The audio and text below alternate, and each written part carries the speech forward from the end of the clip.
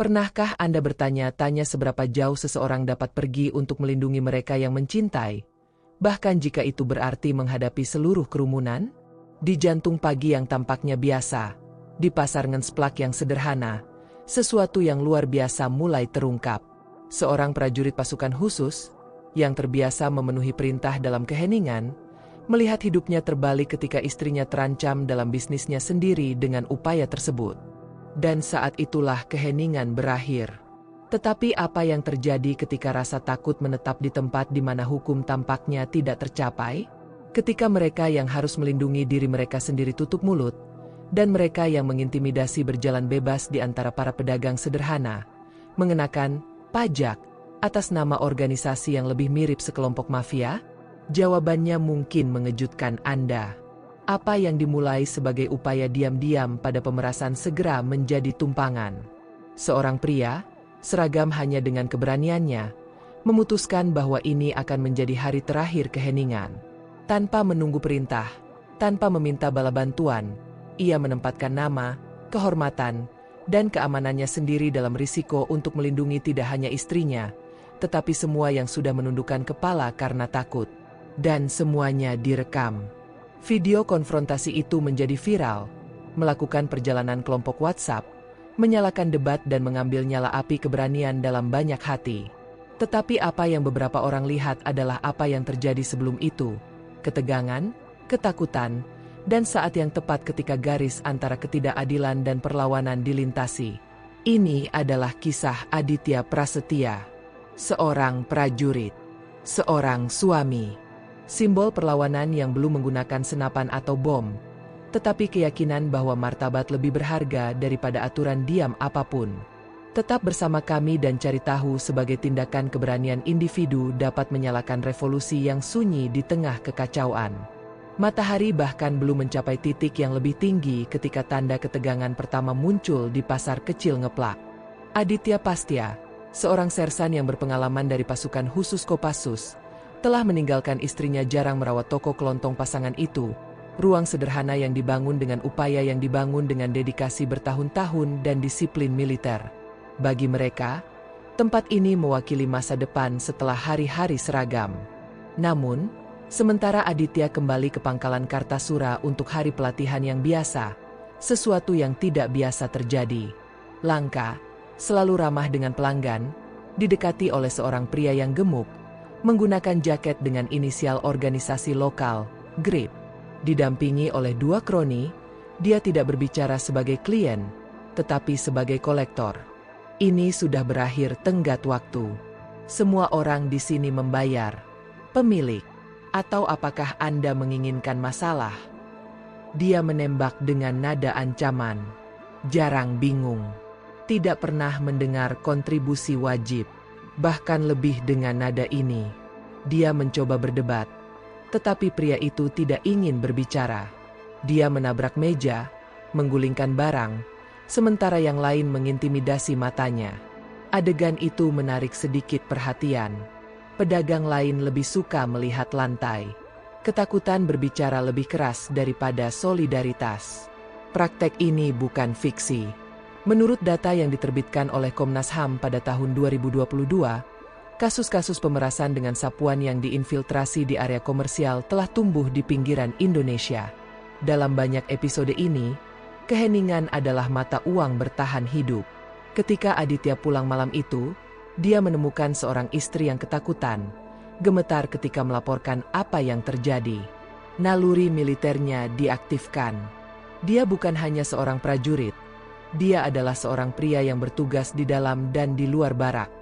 Malam itu dia tidak tidur. Keesokan harinya, dia akan kembali ke pasar. Tapi kali ini, siapa yang akan bersama Said bukan hanya suaminya. Dia adalah seorang bek yang siap menghadapi pukulan apapun untuk diberhentikan. Ada sesuatu yang lebih berbahaya yang mendominasi komunitas. Ketakutan. Dan ketakutan inilah yang, selama bertahun-tahun, membuat para penjahat menyamar sebagai para pemimpin yang beredar secara bebas di antara orang-orang biasa. Kasus yang melibatkan GRIP bukanlah episode yang terisolasi, tetapi refleksi dari budaya permisif di mana ancaman diterima sebagai rutin. Organisasi seperti GRIP, Meskipun dicatat sebagai entitas sipil, sering memanfaatkan tidak adanya negara untuk memaksakan diri sebagai otoritas. Nama itu mungkin tampak resmi, tetapi metodenya adalah brute force. Mereka membutuhkan uang dengan dalih perlindungan, praktik yang menyerupai pemerasan klasik yang dilakukan oleh milisi. Hal yang paling mengkhawatirkan adalah bahwa di pasar populer atau daerah periferal ini menjadi hampir dinormalisasi. Fenomena ini dikenal dalam sosiologi sebagai domain informal atas wilayah yang rentan. Ini adalah jenis kekuatan paralel di mana kehadiran hukum digantikan oleh ancaman. Ketika populasi kehilangan kepercayaan pada institusi, siapapun dengan kehadiran fisik dan wacana otoriter dapat mengambil kendali.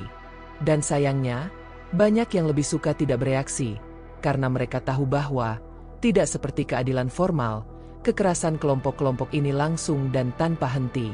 Disinilah budaya keheningan muncul. Pedagang, karena takut akan pembalasan, memilih untuk mengabaikan penyalahgunaan. Mereka hanya meminta bahwa, jangan menjadi lebih buruk, ketika mereka benar-benar hidup yang terburuk. Sebagian besar merasa mereka sendirian, dan kesepian ini menjadi tanah subur bagi penindasan untuk terus tumbuh. Aditya putus dengan siklus ini.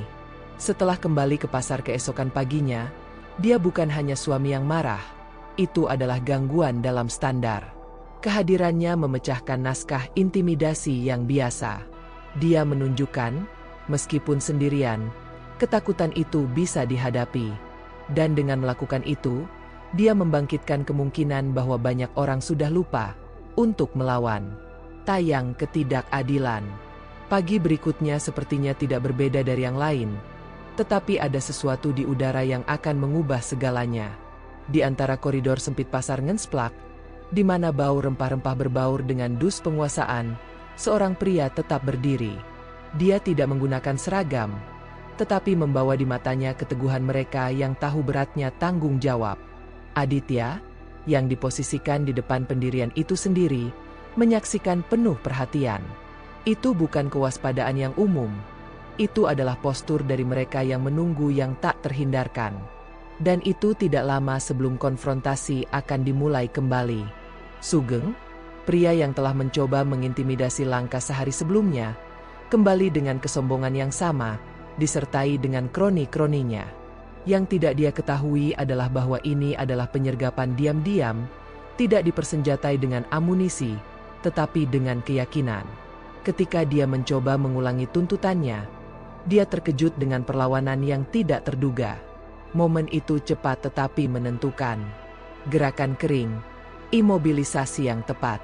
Sugeng didominasi oleh kaki tangan itu sendiri dan lusinan saksi yang sampai saat itu bersembunyi dalam penampilan apostik.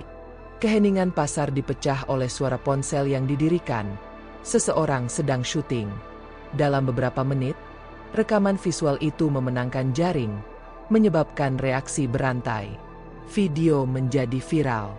Bukan hanya untuk adegan itu sendiri, tetapi karena itu menunjukkan sesuatu yang langka. Warga negara biasa yang menghadapi struktur penindasan informal yang tampaknya tidak tersentuh. Bagi penduduk wilayah itu lebih dari sekadar tindakan keberanian. Itu adalah panggilan.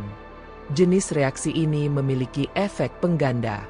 Ketika seorang tokoh biasa, bukan politisi, bukan bos, tetapi seseorang dari orang-orang, memposisikan dirinya sendiri, ia memberikan izin kepada orang lain untuk melakukan hal yang sama. Dan itulah yang mulai terjadi. Tetangga mulai melaporkan pengalaman serupa. Pedagang, yang pernah diam, mulai mengatur, melaporkan, mencatat. Aditya tidak hanya merobohkan penindas fisik. Dia memecahkan rantai tak terlihat yang menghubungkan ratusan orang untuk ditakuti. Dan itu, lebih dari pukulan apapun, adalah dampak terkuat yang dimilikinya. Kekuatan tidak selalu terungkap dalam pertempuran senjata.